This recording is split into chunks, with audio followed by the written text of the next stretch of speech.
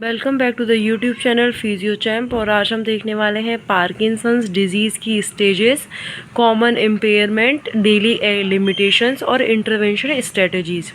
ये जो रेफरेंस है, ये जो टेबल प्रेजेंट है वो सुलेवान के अंदर प्रेजेंट है। ओके, तो सबसे पहले हम देखते हैं इसकी तीन स्टेजेस होती हैं। अर्ली, मिडल और लेट स्टेज। ओके, तो इन तीनों स्टेजेस पर अपनी अपनी अलग अलग लिमिटेशंस हमें देखने के लिए मिलती हैं पेशेंट में, बिकॉज ये प्रोग्रेस करती हैं। ओके, तो हमारा क्या काम होता है इंटरवेंशन में, हमें क्या करना है कि ज़्यादा से ज़्यादा देर तक उसे अर्ली स्टेज में रोके रखना है। ठीक है, उसको as a conservative treatment provide कराना है। तो अर्ली और mild PD means Parkinson's disease.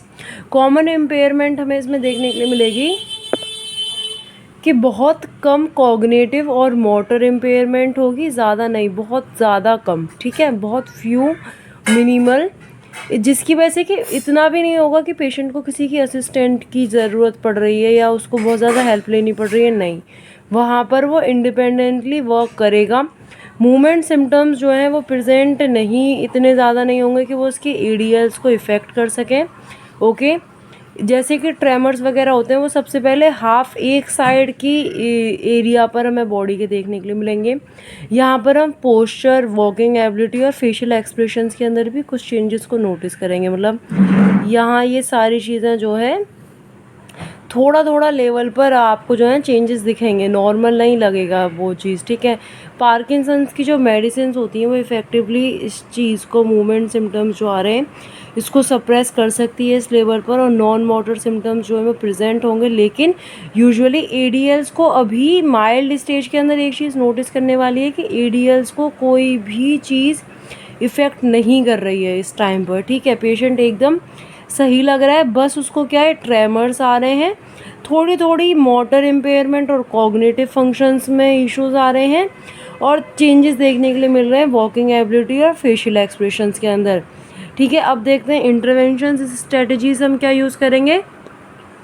Preventive या रिस्टोरेटिव के अंदर क्या है कि रेगुलर उसको एक्सरसाइज कराओ जिससे उसका इम्प्रूव होगा cognition, motor performance, strength, mobility, flexibility, range of motion, balance, locomotion, endurance and perceived quality of life. ठीक है, जिससे कि ये आगे की तरफ प्रोग्रेस बहुत ज़्यादा स्लोली करेगा और पेशेंट जो है अपने आप को उसके लिए कैपेबल बना लेगा। ठीक है, कम्युनिटी क्लासेस, जिससे कि वो इम्प्रूव करेगा अपनी सोशलाइजेशन, कैमेडिया और positive outlook and life purpose. ठीक है, मतलब जब पेशेंट को पार्किंसंस डिजीज़ का पता चलता है तो उसके अंदर ना बहुत ज़्यादा अपैथी, मतलब मोटिवेशन लेस हो जाती है, उसको लगता है कि लाइफ इसके आगे अब कुछ बची नहीं है। तो वहाँ पर हमें उसको सजेस्ट करना है कि अपनी सोशलाइजेशन को इनक्रीज़ करो, पॉजिटिव, एक अच्छी पॉजिटिव थिंकिंग रखो लाइफ के लिए, स्पिरिचुअलिटी से भी जोड़ सकते हो। ठीक है, इसके साथ साथ अब सिर्फ ये चीज़ पेशेंट के लिए ही ज़्यादा डरावनी नहीं होती, उससे ज़्यादा डरावनी उसके जो फैमिली केयर गिवर्स होते हैं उनके लिए भी हो जाती है। ठीक है, तो हमें उनको जो है एजुकेट करना है कि ये डिज़ीज़ है क्या, किस तरीके से आगे प्रोग्रेस करती है, इसका रिहेबिलिटेशन क्या है। उसके साथ साथ पेशेंट को अगर ज़रूरत पड़ती है, वैसे माइल्ड के अंदर नहीं पड़ेगी, बट जब माइल्ड जो है बढ़ रहा है या आगे की तरफ जा रहा है तो मे बी उसको अडेप्टिव या असिस्टिव डिवाइस की ज़रूरत पड़े, तो हमें उस चीज़ को भी देखना है। ठीक है, इन्वायरमेंट मॉडिफिकेशन करानी है, पर्सन टू पर्सन चेंज करता है, जैसे सपोर्ट के लिए रेलिंग लगवा दी, या उसे चलने में डिफ़िकल्टी हो रही है तो ग्राउंड फ्लोर से जो है ग्राउंड फ्लोर पर घर को वो कर लीजिए, या छोटी छोटी जो भी मॉडिफिकेशंस होती हैं टॉयलेट के अंदर मॉडिफाई करवा दिया। ठीक है, ये सारी चीज़ें पर्सन टू पर्सन उसके वर्क प्लेस के अनुसार भी चेंज होती हैं। दूसरा है कि उसको साइकोलॉजिकल सपोर्ट देना है with early to refer support groups for patient and family और केयर गिवर्स। कुछ ऐसी, जैसे कि कुछ स्पिरिचुअल ग्रुप्स चलते हैं या फिर साइकोलॉजिकल ऐसे सपोर्ट्स के लिए भी प्रेजेंट होती हैं एसोसिएशंस जो ऐसे पेशेंट्स को हेल्प करती हैं, उनके लिए आपको प्रोवाइड करानी है ये चीज़, और रेफ़र करना है केयर प्रोफेशनल के लिए जैसे जैसे उसको ज़रूरत पड़े। ठीक है, दूसरा है आपका माइल्ड मॉडरेट पीडी। इसके अंदर क्या होता है कि जो फीचर्स आपको माइल्ड के अंदर देखने के लिए मिल रहे थे ना, मिडल के अंदर वो और ज़्यादा सीवियरिटी से देखने के लिए मिलते हैं। जैसे कि माइल्ड के अंदर आपको कुछ कॉग्निटिव और मोटर इम्पेयरमेंट देखने के लिए मिल रही थी, लेकिन इसके अंदर क्या होगा कि वही इम्पेयरमेंट ज़्यादा हो जाएंगी और सीवियर हो जाएंगी। इसके अंदर minimal to moderate activity limitation हमें देखने के लिए मिलेगी, ठीक है। पार्टिसिपेशन रिस्ट्रिक्टेड हो जाएगा, बल्कि माइल्ड के अंदर ऐसा नहीं हो रहा था। नॉन मॉडरेट सिम्टम्स इंक्रीज़ हो जाएंगे नंबर्स में और सीवियरिटी के अंदर भी, ठीक है। अब यहाँ पर आपके मोटर और नॉन मोटर सिम्टम्स दोनों ही इंक्रीज़ हो रहे हैं। मूवमेंट सिम्टम्स पहले हमें एक साइड ही देखने के लिए मिल रहे थे, अब यहाँ पर मिडल के अंदर दोनों साइड्स देखने के लिए मिलेंगे, और जो बॉडी है वो मूव करना स्लोली जो है अगेंस्ट द इंक्रीजिंग स्टिफनेस, जो बॉडी है वो मूव मोर स्लोली करेगी अगेंस्ट द इंक्रीजिंग स्टिफनेस, क्योंकि बॉडी के अंदर स्टिफनेस इंक्रीज होने लग जाएगी तो वो मूव भी ईजिली नहीं कर पाएगी। जो एडीएल्स हैं विद मॉडिफाइड डिपेंडेंस, इस स्टेज के अंदर उसको असिस्टेंस की नीड होगी ही होगी, ठीक है। उसको बैलेंसिंग में पोस्चरल इनस्टेबिलिटी होगी, स्टूप्ड पोस्चर हो जाएगा, और वो उसके जो नंबर ऑफ फॉल्स हैं, मतलब गिरने की रिस्क जो है, फॉल रिस्क जो है वो भी इंक्रीज़ हो जाएगी। गेट इम्पेयरमेंट साफ साफ देखने को मिलेगा। इसका जो main feature you can say, यहाँ पर आपको फ्रीजिंग एपिसोड्स भी देखने के लिए मिल सकते हैं, ओके। तो यहाँ से जो है पेशेंट को अब बहुत ज़्यादा दिक्कत होना शुरू हो जाएगी मिडल और मॉडरेट पीडी के अंदर। तो हमारा क्या यहाँ पर काम है, वही कि सेम हमें एक्सरसाइज को मेंटेन करते रहना है, जिससे कि उसकी range of motion, strength, mobility, flexibility, ये सब चीज़ें बनी रहेंगी। और कम्युनिटी क्लासेस को इम्प्रूव कराना है, वही सेम जो चीज़ हम ऊपर कर रहे थे वही चीज़ अब हम नीचे करेंगे। इसके साथ साथ आपको असिस्टिव डिवाइस को मेंटेन करना है, उसके फंक्शंस को मेंटेन करने के लिए असिस्टिव डिवाइस को यूज़ करवाना है। व्हील चेयर्स को फॉर कम्युनिटी मोबिलिटी के लिए अब उसको बोलना है कि आप ज़्यादा जो है फटीगनेस अगर फील करते हो तो ज़्यादा अपने आप मत चलो, ठीक है। व्हील चेयर का यूज़ कर सकते हो, ठीक है, व्हील चेयर को यूज़ करो। इन्वायरमेंटल मॉडिफिकेशंस करानी है घर के अंदर, और ज़्यादा अच्छी मॉडिफिकेशंस करानी है जिससे कि वो ज़्यादा जल्दी फटीग ना हो, ठीक है। अब देखते हैं लेट या फिर एडवांस पार्किंसंस डिजीज़। इसके अंदर भी सेम वही फिनोमेना हो रहा है कि सारे जो सिम्टम्स हैं वो इम्पेयरमेंट्स इंक्रीज़ होती जा रही हैं, ठीक है। जैसे कि कॉग्निटिव और मोटर इम्पेयरमेंट जो है अब वो बहुत ज़्यादा होंगी, नंबर में भी ज़्यादा होंगी, और सीवियरिटी भी उनकी बहुत ज़्यादा हो जाएगी, इंक्रीज़ होगी।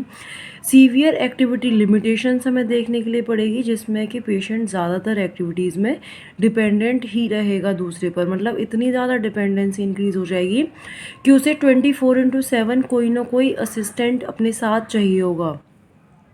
उसको बहुत ज़्यादा डिफ़िकल्टी होगी वॉकिंग करने में, टिपिकली व्हील चेयर के अंदर भी और बेड के अंदर भी, most of the time bed पर भी, ठीक है। असिस्टेंस ज़रूरी होगा उसको अपने एडीएल्स ऑल डेली एक्टिविटीज़ के अंदर। सीवियर पार्टिसिपेशन रिस्ट्रिक्शन, मतलब वो कोई भी काम करेगा तो उसमें उसको रिस्ट्रिक्शन मतलब रुकावट देखने के लिए मिलेगी, वो अकेले नहीं रह पाएगा। एज आई टोल्ड यू कि उसको असिस्टेंस की ज़रूरत होगी, और उसको प्लेस कर दिया जा सकता है क्रोनिक केयर फैसिलिटीज़ में, जहाँ पर कि ऐसे ही पेशेंट्स को रखा जाता है। सोशल इंटरेक्शंस भी कम हो जाएंगे, और कॉग्निटिव प्रॉब्लम्स यहाँ पर जो है उसकी बहुत ज़्यादा प्रोमिनेंट हो जाएगी, जिसके अंदर डायमेंशिया, हेलोजिनेशन और डिल्यूजन्स भी देखने के लिए मिलेंगे, ठीक है। और इसके अंदर मेडिकेशंस इंटॉलरेंस विद डिस्काइनेशिया, मतलब कि जो मेडिकेशंस हैं वो अपना वर्क उतने अच्छे से नहीं दिखाएंगी, ठीक है। Balancing the benefit of medication with their side effect becoming more challenging, मतलब चैलेंजिंग कि मतलब है इसका कि कोई भी मेडिकेशंस होती है तो उसके कुछ इफ़ेक्ट अच्छे होते हैं, लेकिन साथ ही साथ ऐसी क्रॉनिक डिजीज़ के अंदर कुछ उसके साइड इफ़ेक्ट्स भी देखने के लिए मिलते हैं। तो ऐसे पेशेंट्स के अंदर मेडिकेशंस के साथ साथ उनके जो साइड इफ़ेक्ट्स आ रहे हैं उनको मेनटेन करना, बैलेंस करना एक बहुत बड़ा इशू हो जाता है डॉक्टर्स के लिए। अब देखते हैं यहाँ पर हमारी इंटरवेंशन स्ट्रेटजीज़ क्या होने वाली हैं। सबसे पहला है कि उसके अपराइट पोस्चर को मैक्सिमाइज करना, ठीक है। उसको out of the bed time को इंक्रीज़ करना, मैक्सिमाइज करना। ऐसा नहीं कि वो 24 घंटे ही बेड पर लेटा रह रहा है, नहीं, ओके। मैक्सिमाइज करना उसका पार्टिसिपेशन एक्टिविटीज़ में और डेली एक्टिविटीज़ में, ठीक है। एक्टिविटीज़ ऑफ डेली लिविंग के अंदर प्रिवेंशन करना कॉन्ट्रैक्चर्स का, क्योंकि अगर वो ज़्यादा देर बेड पर ही लेटा रहेगा तो उसके ऑब्वियसली कॉन्ट्रैक्चर्स और प्रेशर वॉन्ट्स हमें देखने के लिए मिलेंगे, निमोनिया भी हो सकता है। तो इन सब चीज़ों का जो सेकेंडरी कॉम्प्लिकेशंस है उनका हमें प्रिवेंशन साथ के साथ शुरू करना है, ठीक है। कंपनसेटरी में वही हम पेशेंट की केयर गिवर एजुकेशन देंगे, उसको पोजीशनिंग बताएंगे, स्किन केयर के बारे में बताएंगे और उसको प्रेशर रिलीविंग डिवाइसेस वो करेंगे। जैसे मैट्रेसेस होते हैं, बेड्स होते हैं, बहुत सारे ऐसे होते हैं जो प्रेशर रिलीविंग होते हैं, ठीक है। Hospital bed, wheel chair, mechanical lift, इन सब चीज़ों के बारे में बताएंगे। साइकोलॉजिकल सपोर्ट देंगे पेशेंट को और उसकी फैमिली को, because it's a big trauma for them, ठीक है। और बाकी केयर प्रोफेशनल्स के पास भी उसको रेफ़र करेंगे, जैसे कि ऑक्यूपेशनल थेरेपिस्ट हो गया या फिर फिजियोथेरेपिस्ट हो गया, ठीक है। इसके साथ साथ फिजिशियंस वगैरह का और कार्डियोलॉजिस्ट, इन सब का भी ट्रीटमेंट साथ के साथ चलता रहता है, ठीक है, बिकॉज मल्टीपल इश्यूज हमें देखने के लिए मिलते हैं। तो ये हमारे तीनों स्टेजेस हमने अभी पढ़ लिए हैं, ओके। तो ये ऑथेंटिक बुक है। Thank you so much for support me and help me.